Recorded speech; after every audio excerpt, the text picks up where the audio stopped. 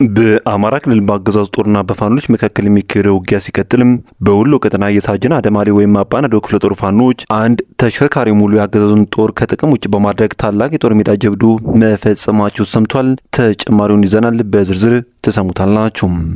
በጎጃም ቀጠና የሚደረጉ ውጊያዎች አሁንም ተባብሰው ሲቀጥሉም ከክልሉ መዲና ባህር ዳር ከተማ ወደ ተለያዩ ከተሞች የሚደረጉ የተሽከርካሪ ጉዞዎች ላይ ፋኖ ጊዜያዊ የመንገድ ክልከላ ማስቀመጡም ታውቋል። በጉዳዩ ዙሪያ ተጨማሪ መረጃ አለን፣ በቆይታችን በዝርዝር የምታደምጡት ይሆናል።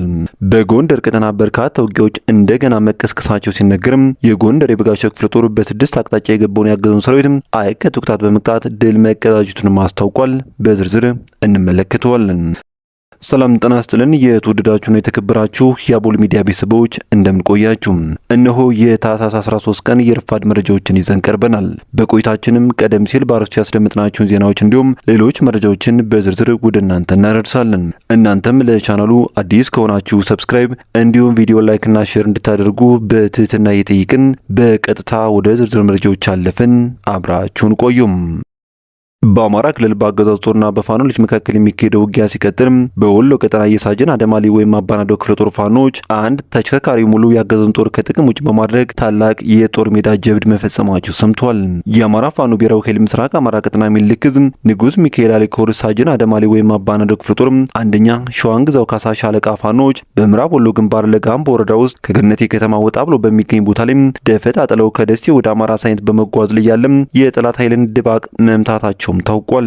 ትናንት ታህሳስ 12 ቀን 2018 ዓ.ም አመሻሽ ላይ የሻለቃይቱ ፋኖች በጠላት በፈጸሙት የደፈጣ ጥቃት ተሽከርካሪው ከጥቅም ውጭ ሲሆን በተሽከርካሪው ተጭኖ ሲጓጓዝ የነበረው የጠላት ኃይል መካከል አንድ አድማ ብተና በህይወት ተርፎ ሲማረግ ሌሎች ዶጋመድ መሆናቸውም ተረጋግጧል። በአርበኛ አለልኝ ተሰማ የሚመራው የሳጅን አደማሊ ወይም አባናዶ ክፍለ ጦር ሰራዊቶች በቅርቡ ሪፎርም ሰርቶ ወደ ግዳጅ ከገባ ወዲህ በየዕለቱ በሚባል ደረጃ ታሪክ እየሰራ መሆኑ የሚታወቅ ሲሆን ሰራዊቱ ባለፈው ወር ወታደራዊና የፖለቲካዊ ስልጠና ወስዶና ተፈውዞ ሁሉም በሚባል ደረጃ ከሰፈሩ ወጥቶ የሚታገልበት እድል በመፈጠሩ የተነሳ አሁን ላይ የክፍለ ጦሩ ሰራዊት ተወራሪ ከመሆኑ ባሻገር የማድረግ አቅሙ በብዙ እጥፍ ጨምሯል ሲል የክፍለ ጦሩ ህዝብ ግንኙነት ኃላፊ ፋኖ ይመር ሁሴን በላከው ሪፖርት ገልጿል። ይህ በእንዲህ እንዳለም ሚኒሊክ ዕዝ በላጎ ተወራሪ ሻለቃ አዲስ ዙሪያ ወረዳ ኩታበር ወረዳ ባደረጉት ተጋድሎ 4 ቀበሌዎችን መቆጣጠራቸውን አስታውቋል። በላጎ ተወራሪ ሻለቃ ታህሳስ 12 ቀን 2018 ዓ.ም ንጋት ጀምሮ በደቡብ ወሎ ዞን ደሴ ዙሪያ ወረዳና ኩታበር ወረዳ ባደረጉት ተጋድሎ ታላቅ ድል ተቀዳጅተዋል። በተጋድሎም በጠላት ይዞታ የነበሩ ከተሞች ነጻ ወጥተዋል የተባሉ ሲሆን ነጻ የወጡት ከተሞች አያታም፣ ፋላም፣ ጽድ ገቢያም፣ አጥንት መስበሪያ የተባሉ መሆናቸውም ተረጋግጧል። በተጋድሎም ያገዙ ቡድን መከላከያ አድማ ብተናና ሚሊሻም ከፍተኛ የሆነ ሰብአዊ ኪሳራ አስተናግደው ሙትና ቁስለኛውን ይዘው ወደ ደሴ ከተማ መፈርጠጣቸውን የተነገረው። በሌላ በኩል የአማራ ፋኖ ብሔራዊ ኃይል የቴዎድሮስ ዕዝ 105ኛ ኮር 55ኛ ክፍለ ጦር በሚያስተዳድራቸው ከተሞች የህዝብን ደህንነት ለመጠበቅ ሲባል ለተሽከርካሪዎች መንገድ መዝጋቱን አስታውቋል። በሆዱ ተገዝቶ የአብይ አህመድ ወንበር ለመጠበቅ የሚዝረከረከው ያገዙ ኃይል ፋኖን ዘራፊ ነው ለማስባል ፋኖ መሳይ ብልጽግናዎችን በማደራጀት ሹፌሮቻችንና ህዝባችን እያንገላታ መሆኑን ደርሰንበታል ያለው የፋኖ መግለጫ በመሆኑም ህዝባችንና ሹፌሮቻችንን ከነዚህ ወንበዴዎች ዘረፋና ግድያ መከላከል ያመች ዘንድ ከዛሬ ታህሳስ 13 ቀን 2018 ዓ.ም ጀምሮ ላልተወሰነ ጊዜ ከባህር ዳር ጭንባ፣ ቁንዝላ፣ ደለጎም፣ ከዱር ቤቴ ዝህብስ፣ ወገዳን፣ ከዱር ቤቴ ሐሙሲት፣ ማማላና ከዱር ቤቴ ቀደምት ላሊበላ ልውዲ መንገዶች ዝግ እንደሆኑ ማሳወቅን ወዳለን ብለዋል። ህዝባችንም በእነዚህ ዘራፊ አካላት ላይ እርምጃ ወስደን በማስተካከል በፍጥነት ክፍት ስለምናደርግ እንደወትሮው ሁሉ በትዕግስት እንዲጠብቀን ስንል በአክብሮት እንጠይቃለን ያለው የክፍለ ጦሩ መግለጫ ይህንን መልእክት ሶገዳ በጣልባቸው መንገዶች ሲንቀሳቀስ ላይ የሚደርስበት ማንኛውም ችግር ኃላፊነቱን ራሱ ባለቤቱ የሚወስድ መሆኑን በድጋሚ እናሳውቃለን ሲል የ105ኛ ኮር 55ኛ ክፍለ ጦር ህዝብ ግንኙነት ገልጿል። ይህ በእንዲህ እንዳለም በአፋባ ምዕራብ አማራ ቀጠና ቴዎድሮስ ዕዝ የ109ኛ ኮር 99ኛ ክፍለ ጦር የጥናትን እቅድ በማዛባት ወደ አዲስ ዓለም ከተማን በማስለቀቅ መቆጣጠሩን አስታውቋል። ያገዘው ሰራዊት በሌሊት በመግባት እረፍት የነሳው የ109ኛ ኮር 99ኛ ክፍለ ጦር ወደ አዲስ ዓለም ከተማን በሌሊት ወጥቶ ወደ ደንበጫ ከተማ መፈርጠጡም ታውቋል። በተመሳሳይ መረጃም የአፋባ ምዕራብ አማራ ቀጠና ቴዎድሮስ ዕዝ 105ኛ ኮር 44ኛ ክፍለ ጦርና 109ኛ ኮር 77ኛ ክፍለ ጦር ጥምር ኃይል በድሮ በድሮን የታገዘውን ተጋድሎ በመቋቋም ከተለያዩ አካባቢ ተሰባስቦ የመጣውን በርካታ ያገዘውን ቡድን አጉት ላይ መደምሰሱን አስታውቋል።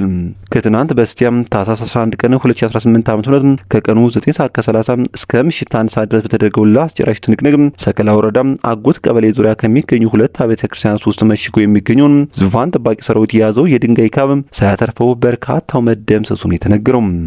ለተከታታይ 3 ሰዓት በተደረገው የእጅ በእጅ የቦምብ ትንቅንቅ ለማትቀረው የነገ ነጻነት ጀግኖቹ 44ኛና 77ኛ ክፍለ ጦር ነበልባሎች ውድ ዋጋ በመክፈል ያገዙ ቡድን ሰከላ ቀጠና አጉት ላይ ቀብሮ ማስቀረታቸውን ማስታውቋል።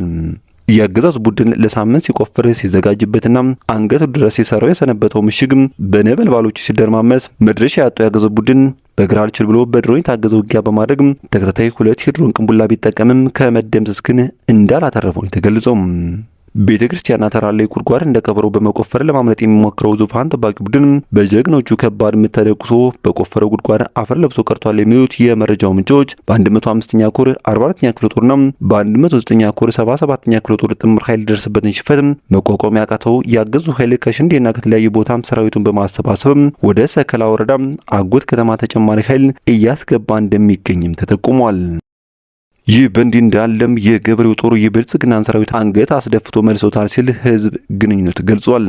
በጎንቻ ሲሶ ነፍሴ ወረዳ ትናንት ታህሳስ 12 ቀን 2018 ዓ.ም ከግንደ ወይን ከተማ የቡችርና የቁራር ሰማ ቀበሌዎች ላይ ጭፍጨፋ ለመፈጸም በርካታ መከላከያ ሚሊሻና ፖሊስ በማሰለፍ በሌሊት ተንቀሳቅሶ በቡችር ቀበሌ ሚካኤል ቤተክርስቲያንና የቁራቦ ቤተክርስቲያን ህዝቡን በግድ ሰብስቦ በሬውን ሽጦ የገዛውን መሳሪያ ለማስወረድ ደፋ ቀና ሲል ቢያረፍድም የ74ኛ ክፍለ ጦር 3ኛ ሬጅመንት የቡችር ሚካኤል የከተማውን በብልጽግና ሰራዊት እንዲሁም የአራስ ማቀጠና የገበሬው ጦር ደግሞ የቁራቦ ዙሪያ በመስፈር የተደረገው ሙከራ ጀግኖቹ ክንዳቸው ሲያዝረከርኩት ያረፈዱትን በየጥሻው ሙትና ቁስለኛውን በመያዝ ወደ መጣበት እግሬ አውጭኝ ብሎ እንዲመለስ ማድረጋቸውም ታውቋል።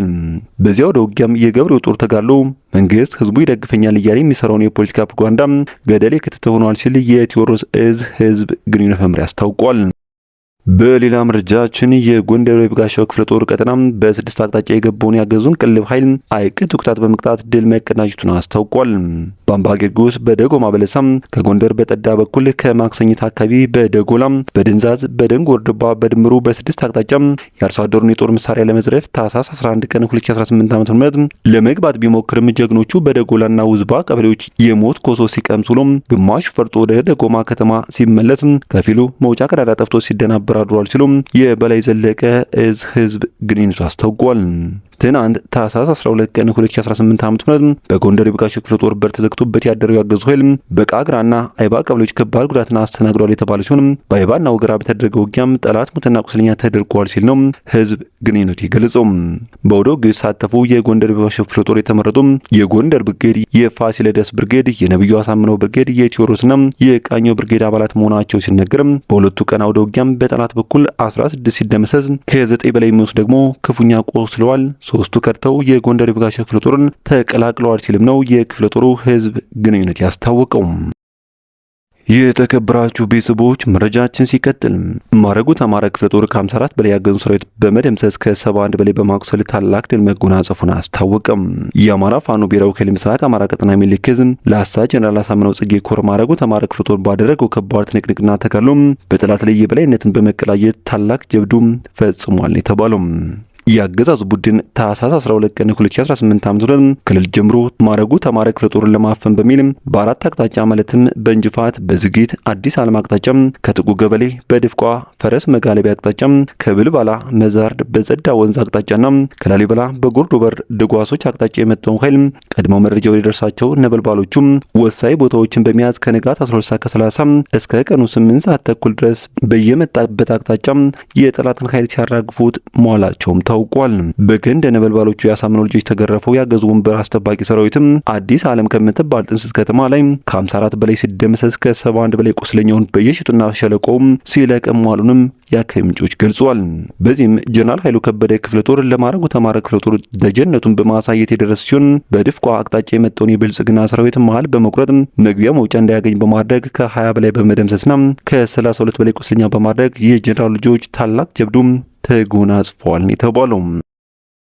የተከበራችሁ ቤተሰቦች ከአቦሊ ሚዲያ ለሰዓቱ የነበሩን መረጃዎች እነኝን ይመስሉ ነበር። በቀጣይ በሌሎች ዜናዎች እንዲሁም ጥቆማዎች እስከምንገናኝ በያላችሁበት የዓለም ጫፍ በሰላም ቆዩኝ።